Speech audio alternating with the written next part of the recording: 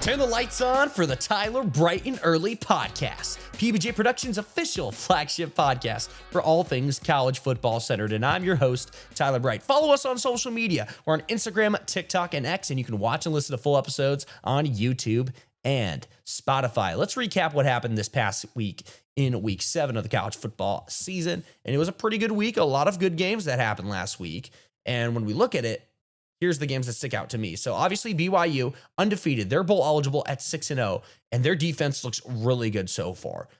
Now, some people are kind of saying, are they actually this good of a team, or do they just have a good record because they haven't been placing very good competition? And that's very well could be true. You know, Arizona, not a bad team, and Arizona had the edge, but then scoring 10 points in the fourth quarter to bring it into overtime, and then the Cougars getting the win. Sataki's doing a great job. He's been a pretty good coach for the Cougars, but now it's the defense that's doing a great job, and we'll see how they do in this holy war game against Utah. It's going to be a big game, and I'll have my prediction on that a little bit later. That's going to be key, especially in the Big 12. Some other games that happened, of course, Arizona State getting upset by Utah. That's another thing to keep in mind. Auburn had the edge over Georgia. Heading into halftime, it was 10-3. But the main problem with Auburn, they have a really great defense, kind of similar to BYU. They just don't have the quarterback. Jackson Arnold is not it. Sorry, he's just not it. You know, and that's 2 misses from this Auburn coaching staff under Hugh Freeze that they haven't been able to hit at the quarterback position. Otherwise, this team would be pretty good. And you know, they're on a little bit of a skid. If they lose this week, could be a little bit of trouble for the Tigers and Hugh Freeze. And you know, when you lose 4 games in a row in the SEC, people start talking.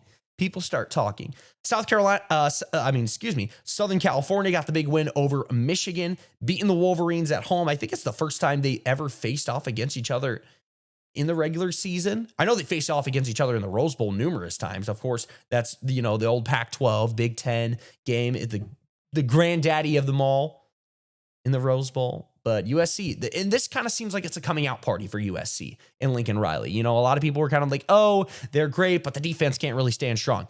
Well, they stood strong last night, and Maeva looks pretty good as well for USC as well. So that's kind of what I got, my 2 cents on USC, kind of pushing themselves into that top 3 spot in the Big Ten. Of course, and speaking of the Big Ten, the big matchup between Indiana and Oregon, and how about the Hoosiers? The Hoosiers are for real. Getting the win over the Oregon Ducks, and Mendoza looking like a top quarterback in college football. I said it last week. Kurt Cignetti is doing wonders down in Bloomington, Indiana. And other games, the Pitt Panthers knocking off Florida State 34-31 by the hands of the freshman quarterback coming in for Eli Holstein. And Florida State just does not do well when they're coming off of losses, especially in conference play. I think I looked at a stat going all the way back to 2023, the ACC championship against Louisville, a game that I went to. They are, I believe, 1-15 in the ACC, 1-15 in the ACC, or something along those lines. What is the problem? What is the problem for this Florida State team? Does it have to do with the transfer portal? You know, you're doing a little bit better than what you did last year at 2-10, but how are you losing these conference games? You basically have no chance to make it down to Charlotte, but we'll see how the Knowles season kind of faces off the rest of the way. And yeah, we'll just have to see. Some other matchups that happened throughout the weekend. Of course, Louisville was on a bye. Georgia Tech, you know, Georgia Tech has a big game coming up this week. And if they get through this week against Duke, they have a pretty good shot to make it to Charlotte. And then Alabama holding off against Missouri, a top 15 matchup between those two sides. That was pretty good. Oh, and of course, Washington State almost coming up with the upset. Ole Miss had a little bit of a scare. Now, I still think Trinidad Chambliss is still going to be great. They're going to be just fine. And they have a big matchup this weekend against Georgia. But that's going to be the telling. That's going to be the telling of this entire game, is who's going to move the rest of the way, especially in the SEC. Texas obviously getting the big win in the Red River rivalry against Oklahoma. John Mateer throwing 3 interceptions. 3 interceptions. You know, I think a lot of people were shocked that he was even going to play this weekend. You know, there was kind of an uncertainty, and here he is coming out, and he throws 3 interceptions. And yeah, just unfortunate that exactly the game that Texas needed, coming off the loss against Florida.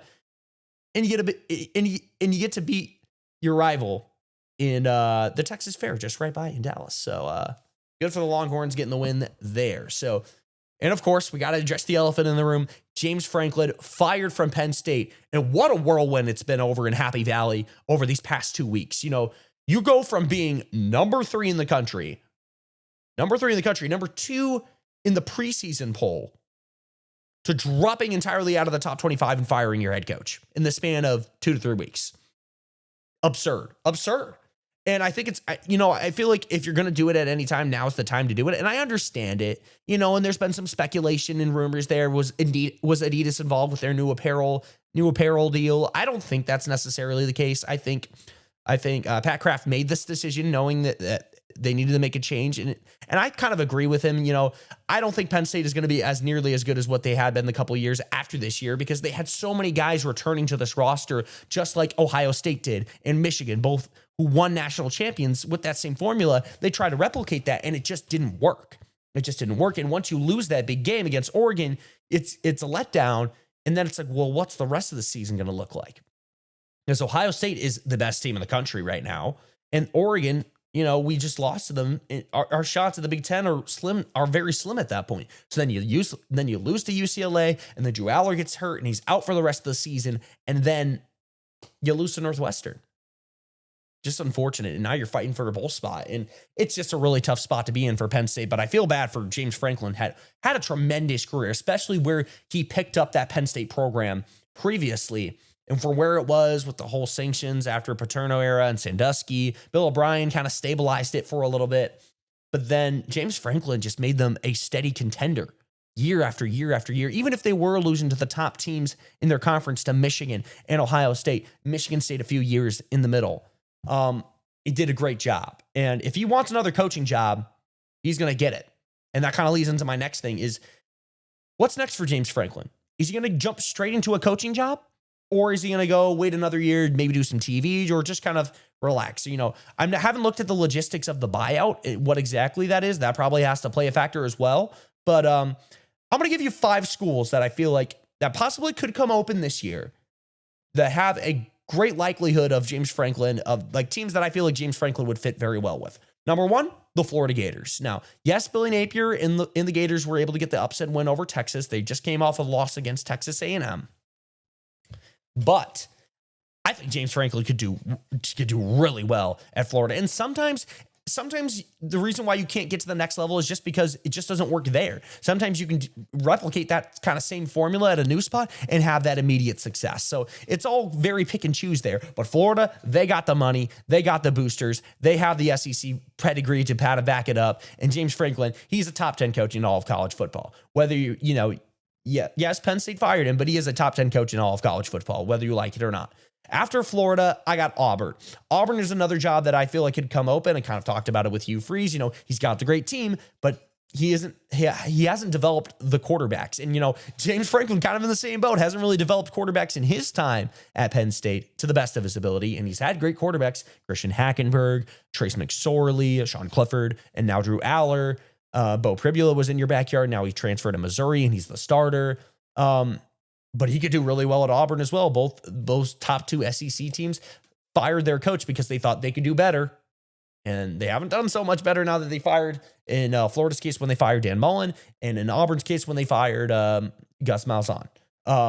The next school that I think that has a possibility of opening up is North Carolina. Now, Bill Belichick, is he committed to say? He says he's committed. Is he going to stick to it? Is he going to stick to his word when it gets to that late November, December period? Maybe, maybe not. But if North Carolina comes open, maybe that's a spot for him to slide in. ACC, he was very successful as a coordinator back when Maryland was in the ACC. He did really well, recruited really well, got some studs to play for the Terrapins. And they competed for a couple ACC titles. And it's another good spot. Probably the only spot that I can see him kind of going in the ACC. After that, I got Wisconsin at 4. I think Luke Fickell's going to get fired. It's only a matter of time.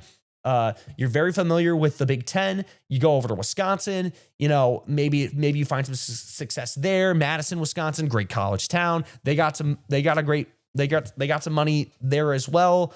How are you going to turn over that roster? You've done a pretty good job recruiting but he's not in the top 5 or top 10. He's kind of in the 10 to 15 range when it comes to recruiting. And the team after that, I got Michigan State. I think Michigan State's going to come open this year. Jonathan Smith, it's only a matter of time. You lost to the UCLA. The defense looked pretty bad. And maybe James Franklin kind of comes in there. He's familiar with the Big Ten, kind of similar to Wisconsin. I don't think it's as appealing as a Wisconsin job, but Mark D'Antonio got the Spartans to the college football playoff. Mel Tucker had that team rolling for a little bit, even though they got a little bit lucky with Kenneth Walker and so on and so forth. But maybe that's a spot that he can go into. Now, kind of shifting gears. Speaking of James Franklin, now we'll kind of go back to Penn State. What does that mean? Who are they looking for? Well, I think there's only really about 4 great people that are really strong considerations for this job. Because when you're firing a coach like James Franklin, you're not, let me figure out how I'm going to phrase this.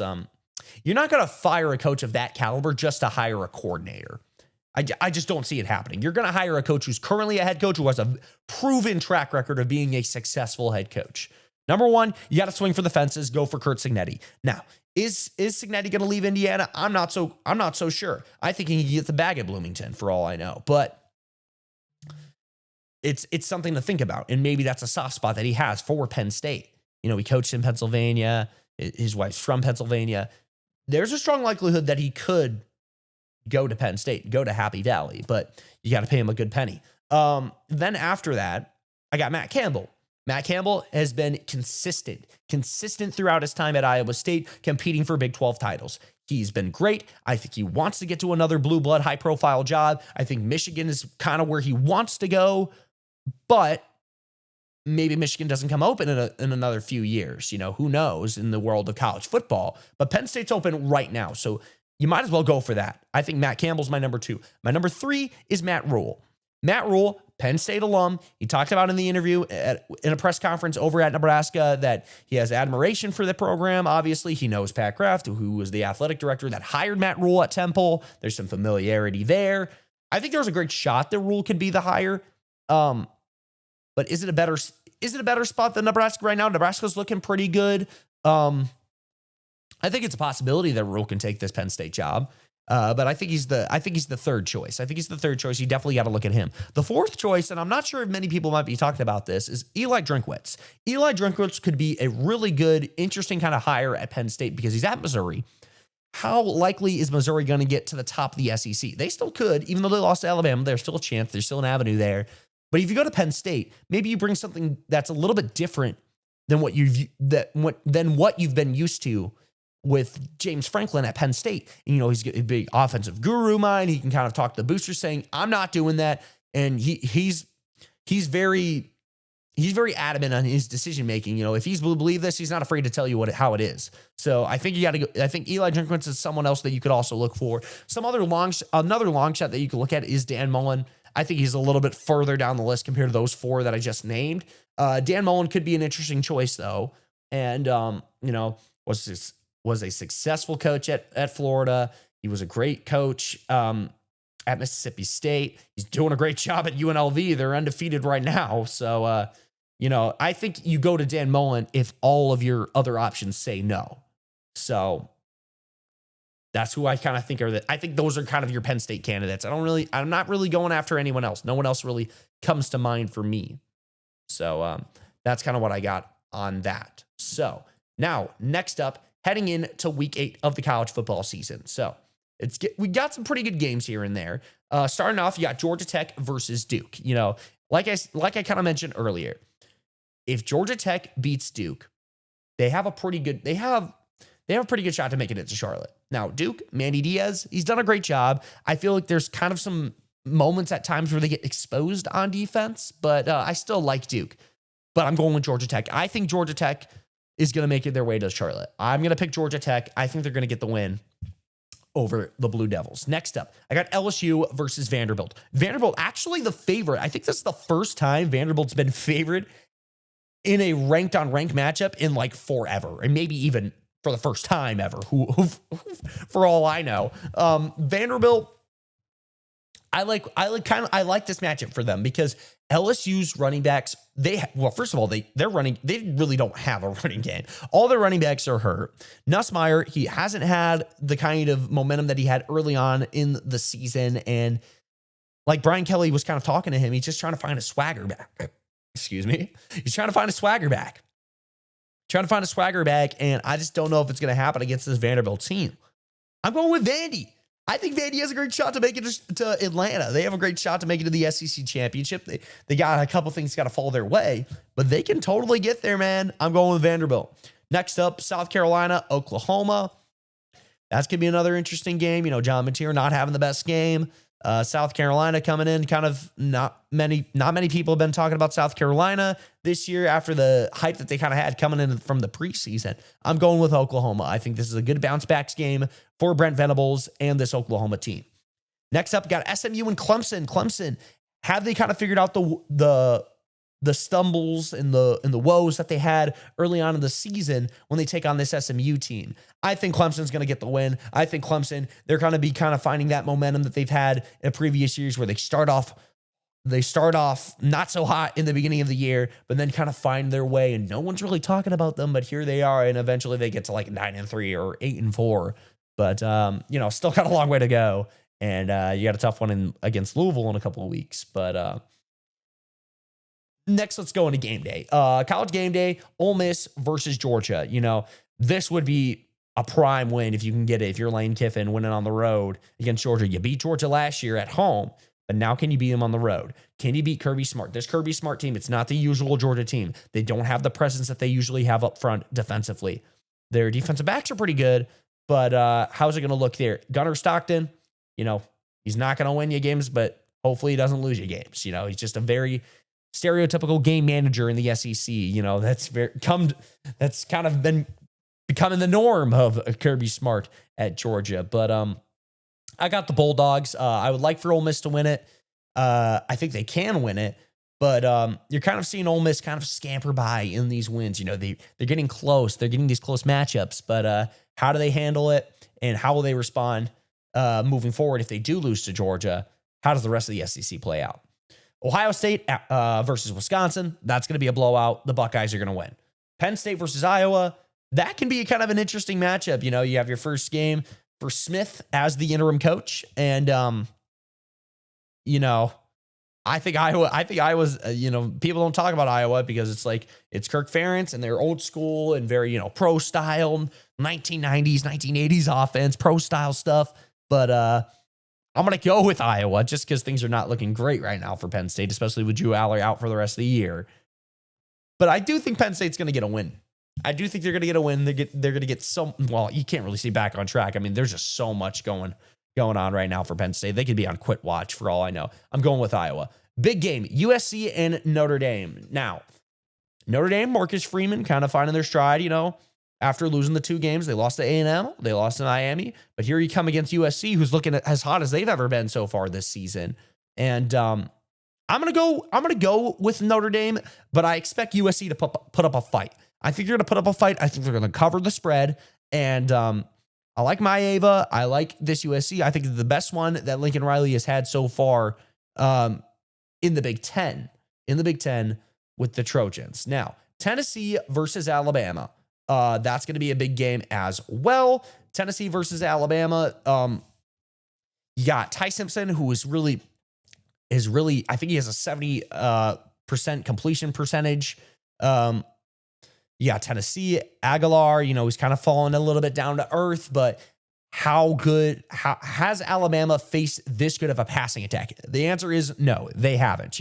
Even after losing to Florida State, they didn't really have that strong passing attack from Gus Malzahn on offense with Thomas Castellanos. It was more kind of running the ball and having those big plays here and there.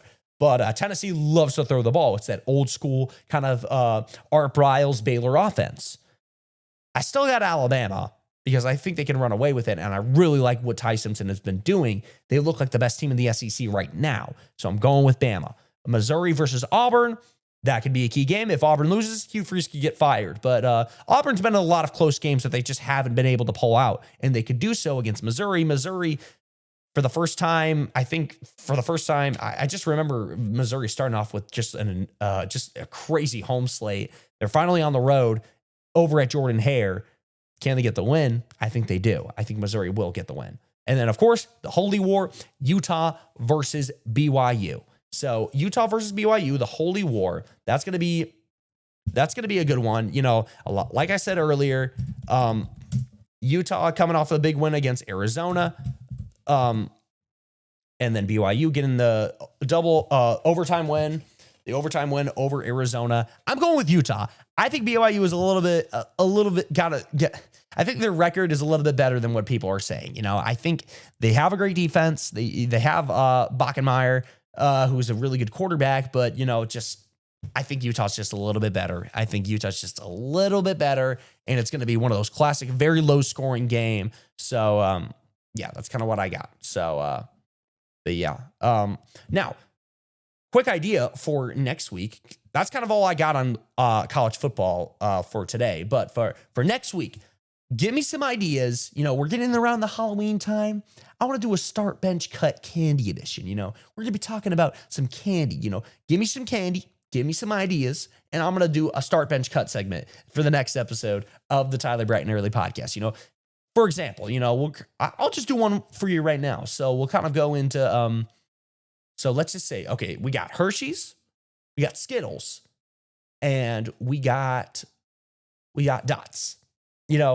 Hershey's, Skittles, and Dots. Well, I think obviously the cut's going to be the Dots. Although I love them as a kid, they just don't hold up to a more mature palate that I have as an adult at 22 years old. So cutting that. Then we got Skittles and Hershey's. I'm going to bench the Skittles. I like Skittles, but they're not my go-to. And then Hershey's, I like chocolate better than the other two. So I'm starting Hershey's, baby. I'm starting Hershey's. Give me some more options. We'll have it for the next episode of the Tyler Brighton Early Podcast. But that's going to do it for today's episode. PBJ Productions' official flagship podcast for all things college football centered. And make sure to follow us on all of our social channels. We're on TikTok, Instagram, and X. You can watch and listen to full episodes on YouTube and Spotify. Have a good one, guys.